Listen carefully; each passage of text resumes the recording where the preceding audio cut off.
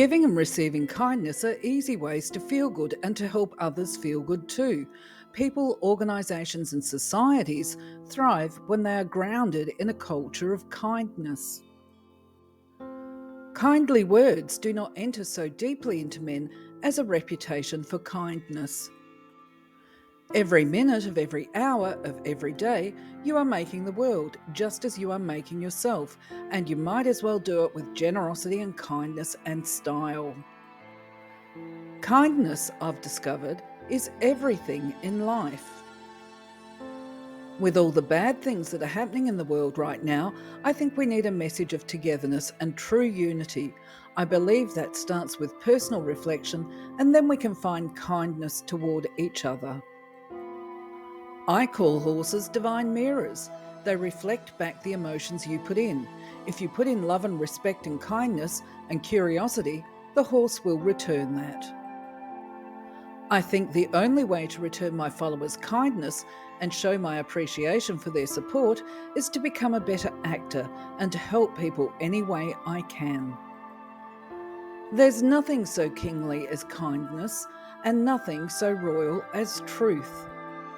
We are constituted so that simple acts of kindness, such as giving to charity or expressing gratitude, have a positive effect on our long-term moods. The key to happy life, it seems, is the good life, a life with sustained relationships, challenging work, and connections to community.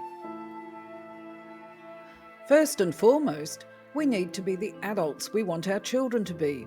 We should watch our own gossiping and anger. We should model the kindness we want to see. He that has done you a kindness will be more ready to do you another than he whom you yourself have obliged.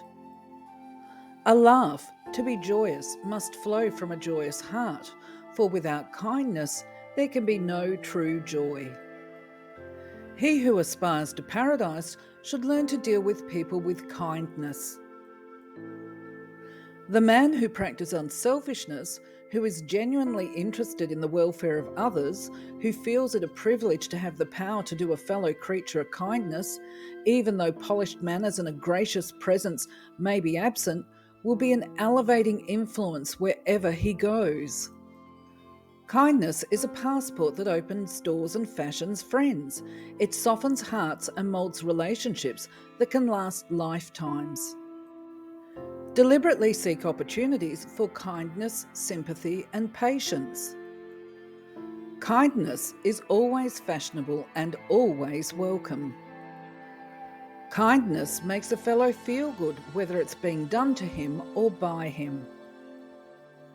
Ignorant kindness may have the effect of cruelty, but to be angry with it, as if it were direct cruelty, would be an ignorant unkindness. Kindness has converted more sinners than zeal, eloquence, or learning. This is my simple religion. There is no need for temples, no need for complicated philosophy. Our own brain, our own heart is our temple. The philosophy is kindness. I don't want to say everything happens for a reason, but every day is lined up right next to the other one for a reason. The best you can do is do each day well, with kindness, and as a good person. The everyday kindness of the backroads more than makes up for the acts of greed in the headlines. I make mistakes daily, letting generalizations creep into my thoughts and negatively affect my behavior. These mistakes have taught me that the first step to successfully choosing kindness is being more mindful about it, letting go of impatience and intolerance along the way. I think true success is intrinsic. It's love, it's kindness, it's community. You can tell by the kindness of a dog how a human should be. No one has yet realised the wealth of sympathy, the kindness and generosity hidden in the soul of a child. The effort of every true education should be to unlock that treasure. To repay evils with kindness is the religion I was taught to practice, and this will forever be my rule. The biggest lesson I've learned is that hurt people hurt people. and kindness is just as contagious. So if you can focus your efforts on engineering kindness, it will prevail. Life is made up not of great sacrifices or duties, but of little things in which smiles and kindness and small obligations given habitually are what preserve the heart and secure comfort. Kindness can become its own motive. We are made kind by being kind. One of the toughest things for leaders to master is kindness. Kindness shares credit and offers enthusiastic praise for others' work. It's a balancing act between being genuinely kind and not looking weak. Kindness in ourselves is the honey that blunts the sting of unkindness in another. The true greatness of a person, in my view, is evident in the way he or she treats those with whom courtesy and kindness are not required. I have understood that the most important things are tenderness and kindness. I can't do without them. Truth is a deep kindness that teaches us to be content in our everyday life and share with the people the same happiness. There are realities we all share, regardless of our nationality, language, or individual tastes.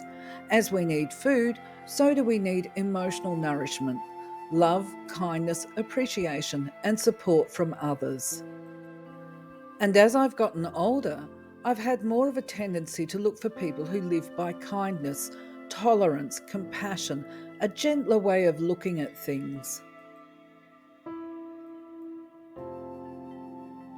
If you have the chance to be exposed to a loving, understanding environment where the seed of compassion, loving kindness can be watered every day, then you become a more loving person.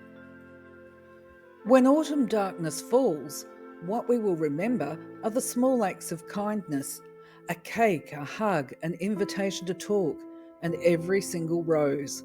These are all expressions of a nation coming together and caring about its people.